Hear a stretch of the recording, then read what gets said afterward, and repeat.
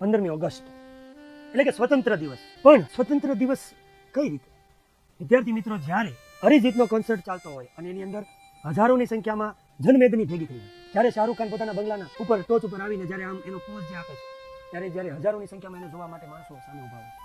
જ્યારે કોઈ બિગ બોસનો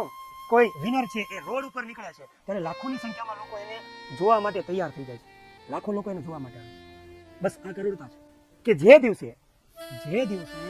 આ જે જનમેદની જે આ લોકો માટે જ્યારે એકઠી થાય છે, એની એ જ જનમેદની એ જ લોકો જ્યારે સ્વતંત્ર દિવસ હોય અથવા તો પ્રજાસત્તાક દિવસ હોય, એટલે કે જ્યારે આપણા બે રાષ્ટ્રીય પર્વ હોય, ત્યારે જ્યારે ધ્વજવંદન થતું હોય, અને એ ધ્વજવંદન વખતે જ્યારે એટલી સંખ્યામાં જ્યારે જનમેદની એ ભેગી થઈ અને એક સાથે જ્યારે માં ભારતી એટલે કે માં ભારતી છે, ભારતમાં છે, સાથે સાથે જે આપણો રાષ્ટ્રીય ધ્વજ છે, એને જ્યારે આમ પ્રાઉડથી સલામી આપશે ને, એ દિવસે વિદ્યાર્થી મિત્રો સાચા અર્થમાં આપણે સ્વતંત્ર દિવસની ઉજવણી કરીએ છીએ.